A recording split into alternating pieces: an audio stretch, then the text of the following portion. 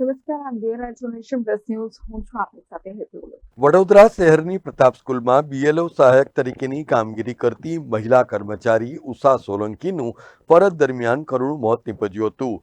SIR એટલે કે ચૂંટણી પંચ દ્વારા અપાયેલી જવાબદારીનું નિર્વહન બીએલઓ સહાયક તરીકે કરી રહેલા ઉષાબેન સોલંકી અચાનક જ ફરજ દરમિયાન ઢળી પડ્યા હતા, જ્યાં તેણીને વધુ સારવાર માટે હોસ્પિટલ ખાતે ખસેડવામાં આવ્યા હતા, જ્યાં ફરજ ઉપર કાર્યરત ડોક્ટર દ્વારા ઉષાબેનને મૃત જાહેર કરવામાં આવતા શોકનું મોજું ફરી વળ્યું હતું. ઉષાબેન ઇન્દ્રસિંહ સોલંકી ગોરવા મહિલા આઈટીઆઈ ખાતે ફરજ બજાવતા હતા અને ચૂંટણી પંચ દ્વારા અપાયેલી બીએલઓ સહાયકની કામગીરી તેઓ બજાવી રહ્યા હતા ત્યારે અચાનક જ તેમની તબિયત લથડી હતી. વધુ સારવાર માટે સયાજી હોસ્પિટલમાં તેમને ખસેડવામાં આવ્યા હતા, જ્યાં ડોક્ટરે તેમને મૃત જાહેર કરવામાં આવ્યા હતા. મૂળ નર્મદા જિલ્લાના તિલકવાડાના વતની ઉષાબેન સોલંકીના મૃતદેહને સયાજી હોસ્પિટલના પોસ્ટમોર્ટમ ખાતે ખસેડવામાં આવ્યો છે. પીએમ રિપોર્ટ બાદ જ મોતનું સાચું કારણ ખબર પડી શકશે. જો કે છેલ્લા કેટલાય સમયથી ચૂંટણી પંચ દ્વારા સ્પેશિયલ ઇન્ટેન્સિવ રિવિઝન એટલે કે એસઆઈઆરની કામગીરી ખૂબ મોટા ઉપાડે કરાઈ રહી છે. ત્યારે 50 વર્ષીય ઉષાબેન સોલંકી સયાજીગંજના પ્રતાપ સ્કૂલમાં પોતાની કામગીરી માટે ગયા હતા, જ્યાં અચાનક જ તેમની તબિયત લથડી હતી. જો કે આ સમગ્ર ઘટના અંગે ઉષાબેનના પતિ ઇન્દ્રસિંહ સોલંકીએ જણાવ્યું હતું કે તેમની પત્ની ખૂબ સ્ટ્રેસમાં હતી અને પોસ્ટમોર્ટમ રિપોર્ટ આવ્યા બાદ મોતનું સાચું કારણ ખબર પડશે. સુભાનપુરા રહીએ છીએ અમે અને પીડબ્લ્યુ ક્વાર્ટર્સમાં, એટલે ગોરવા આઈટીઆઈમાં મહિલા આઈટીઆઈમાં જોબ કરે છે. એમાં કામગીરી અમે રિક્વેસ્ટ બી કરી હતી કે તબિયત એવી છે એટલે તમે અમને ઓર્ડર ના કરો.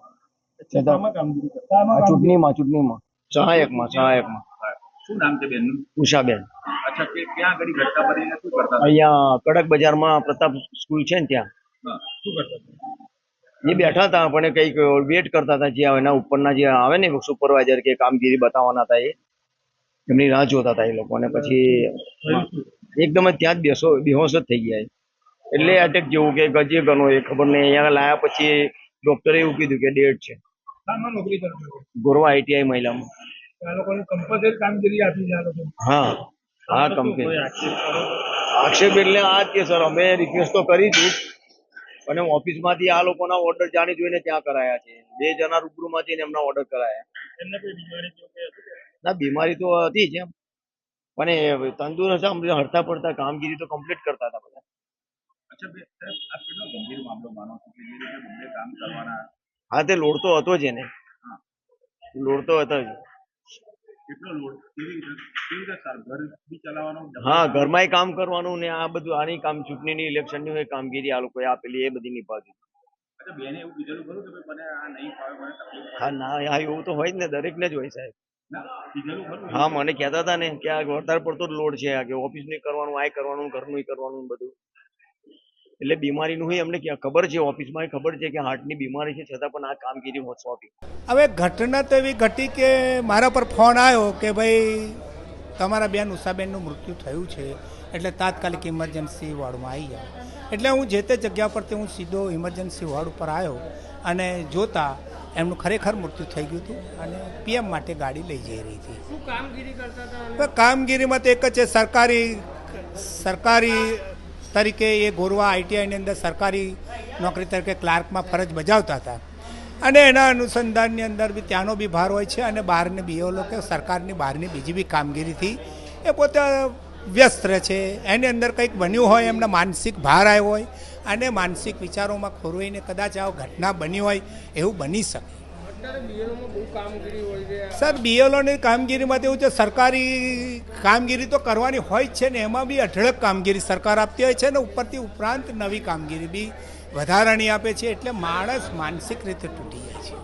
મારું આટલું જ કહેવું છે. શું અપીલ કરશો સરકાર? અપીલમાં સરકારને તો એટલી જ અપીલ કરી શકીએ અમે કે ભાઈ માણસને કામગીરી એટલી આપો કે એ પોતે ઉત્સાહ અને ખંતપૂર્વક કામગીરી કરી શકે, એટલી કામગીરી આપો કે જેની અંદર આવા કોઈ ઘટના ના ઘટે, ફરી કોઈની ઘટના ઘટે ના. એના માટે અમારે એટલું જ કહેવું છે કે એને ભારરૂપ એટલો ના આપો ભાર કે જે પોતે કામ ન કરી શકે.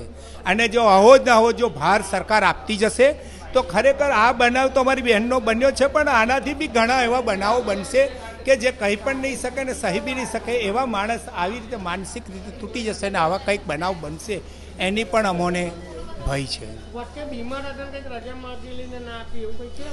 હવે સર હવે એ તો હવે મારા બંનેનું ઇન્ટરવ્યૂ લઈ શકો એમાં હું વધારે ના કહી શકું, કારણ કે એમના પરિવારમાં એમની નોકરી દરમિયાનમાં આપણે કંઈ લાંબુ શું માગણી કરશો સર? અમારી માંગણી એક છે કે સરકારી કામગીરી કરતાં જે કંઈક બનાવ બન્યો છે અને સરકારી કર્મચારી તરીકે આઈટીઆઈ ગોરવાની અંદર નોકરી કરતા હતા એમને જે પણ મળવા પાત્ર એમના પતિ એમના બાળકને બહુ શાંતિપૂર્વક અને સમયસર મળે એવી અમે આશા રાખીએ સરકાર પાસે. બીજું એથી વધારે તો શું રાખી શકીએ. આ બનાવની જાણ થતાં જ ગોરવા આઈટીઆઈના આચાર્ય ગિરીશ રાઠવા પણ હોસ્પિટલ ખાતે દોડી આવ્યા હતા, જ્યાં તેમણે ઉષાબેન સોલંકીના દુઃખદ અવસાન થવાથી શોક વ્યક્ત કર્યો હતો. જો કે તેમણે એમ પણ જણાવ્યું હતું કે એસઆઈઆરની જે કામગીરી છે તેમાં કોઈ પણ પ્રકારનું દાબ દબાણ થતું નથી. અમને ખબર પડી એટલે હું તાત્કાલિક અહીંયા હોસ્પિટલ આવ્યો છું.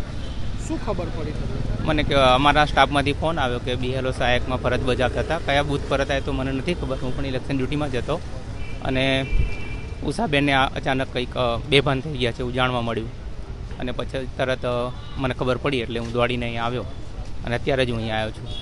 ઉષાબેનને શું પછી હોસ્પિટલ આવ્યા પછી શું ડૉક્ટરે? એ તો સીધા અહીંયા પીએમ રૂમ આગળ જ હું આવ્યો છું, એટલે હવે એવી મને કોઈ ખાસ માહિતી નથી કંઈ. બહુ પ્રેશર હોય છે કામનું સાહેબ? ના એવું તો કંઈ હોતું નથી એમ પ્રેશર જેવું. તો કંઈક બીમાર હતા? ના એવું તો નહીં, એવું નથી કાંઈ. Bureau report, nation plus news, Vadodara. સમાચારોના સતત અપડેટ મેળવવા માટે અમારી નેશન પ્લસ ન્યૂઝની યુટ્યુબ ચેનલને સબસ્ક્રાઇબ કરો, બેલ આઇકન દબાવો અને જોડાયેલા રહો ફેસબુક, ઇન્સ્ટાગ્રામ અને ટ્વિટર પર.